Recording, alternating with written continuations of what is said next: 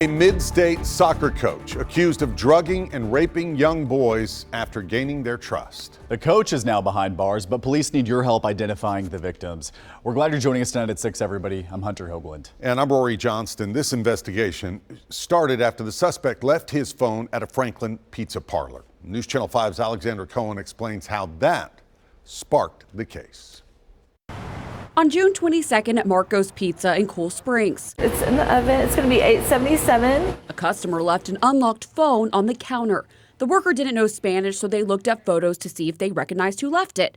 Instead, police say the employee found videos of young boys being drugged and raped. He was calling me and he was explaining to me, he was like, it's horrible, it's horrible, it's horrible. And I'm like, so he didn't really go in depth. And he's like, I don't really want to even tell you what I saw in here, but it was so bad. Amanda Williams says the accused rapist came back to the pizza parlor the next day. He was shaking, his hands were shaking.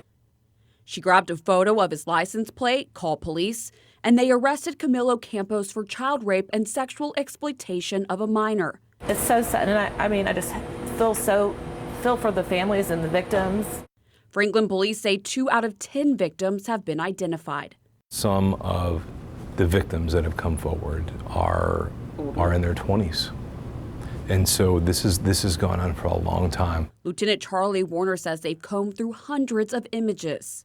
Because a lot of the kids that are in these videos, they are in such a comatose state that they may not even realize that they were ever victimized. Police say Campos would go to playgrounds to recruit players to his soccer team. He was a popular coach in the Latino community. Where we know that this suspect was gaining the trust of kids, endearing some of their parents' hearts, taking them to his home, drugging and raping them. For perspective, the suspect lived here in a home on Glass Lane, across from some soccer fields, wedged between 2 separate schools. According to the Franklin Special Schools District, he didn't coach at Freedom Intermediate School or the next door elementary school, but they're heartbroken for the families impacted. This is really one of the most egregious child sex cases that we have seen in Franklin. Reporting in Franklin, Alexandra Cohen, News Channel 5.